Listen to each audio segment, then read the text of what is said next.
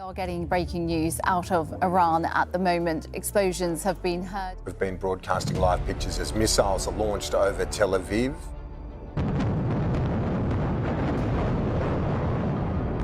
Israel says it attacked the headquarters of Iran's state television today, which was captured during a live broadcast.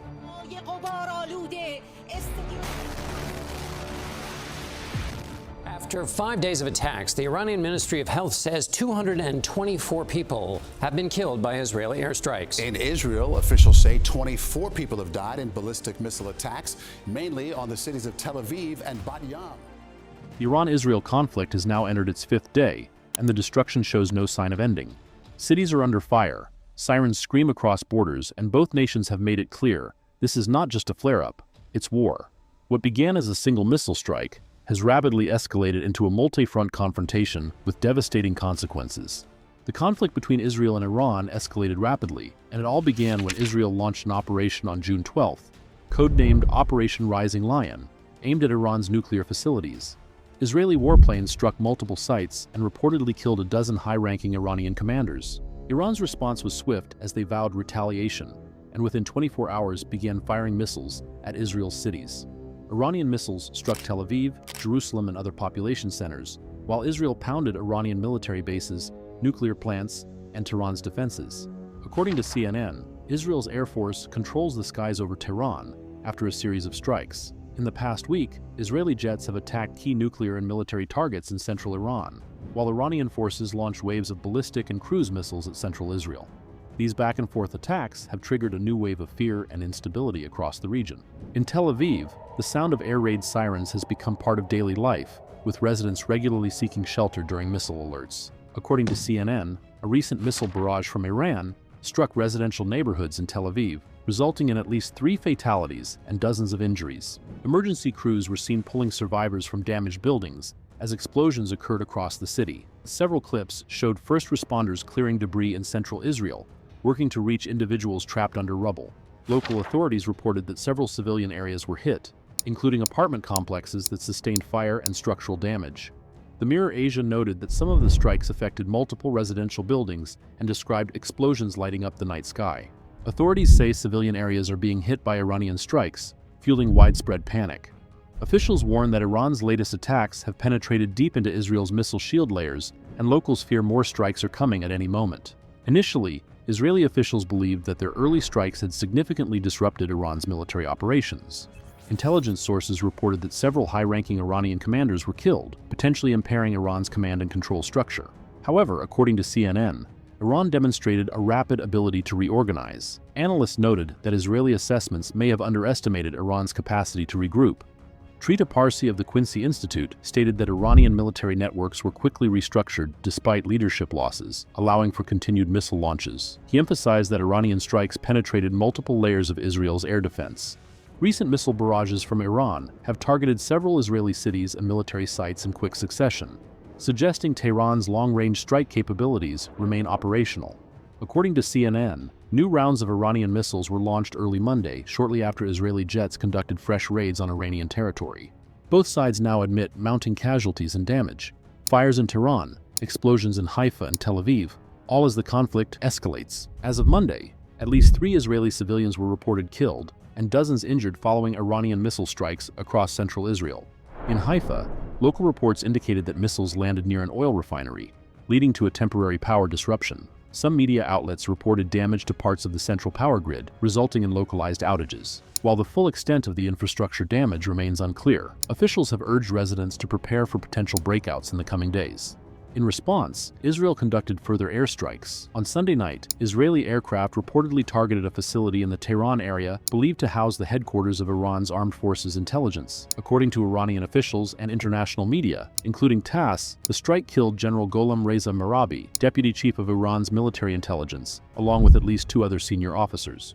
Iran's Revolutionary Guard confirmed the deaths of Merabi and 2 others in the Israeli strikes. Israeli officials have said the target was the building of Iran's military intelligence. In a separate attack hours earlier, an Israeli airstrike on June 13th killed IRGC intelligence chief Mohammad Kazemi, an even more senior officer. These were unprecedented blows to Iran's command structure, but they have not silenced Iran's response. As tensions rise in the Middle East, Donald Trump has re-entered the spotlight. Amid escalating hostilities between Iran and Israel, Trump has weighed in with a series of public statements. On Monday, Trump left the G7 summit in Japan early, citing the Middle East crises. His online post quickly drew international attention. He warned Iranians to immediately evacuate Tehran and reiterated his long-standing position that Iran cannot have a nuclear weapon. Trump also claimed that Israel now has complete and total control of Iranian airspace, praising U.S.-made defense technology. His statement reflects strong support for American military capabilities. He also stated that U.S. intelligence knows exactly where Iran's supreme leader is hiding, but said they would not take him out for now. In a second post, Trump demanded Iran's unconditional surrender. At the same time, Trump also called on both sides to negotiate. In interviews, he said they have to make a deal and urged immediate talks, warning that an all-out regional war would be disastrous. In one statement at the summit, Trump flatly urged Tehran to return to the negotiating table over its nuclear program. Simultaneously, he expressed support for Israel's military operations. Trump reportedly told fellow leaders in Tokyo that he seeks better than a ceasefire. Reactions to his statements have been mixed. Some conservative commentators praised his hardline stance, while others, including voices within his own party, expressed concern over the possibility of the U.S. becoming directly involved in the conflict. More is on the way, warns Israeli Prime Minister Benjamin Netanyahu, as he has adopted a firm stance amid the ongoing conflict. In a series of public statements, Netanyahu declared that Israel would continue military operations against Iran. There is more to come, he said, pledging to eliminate what he called the Iranian nuclear threat.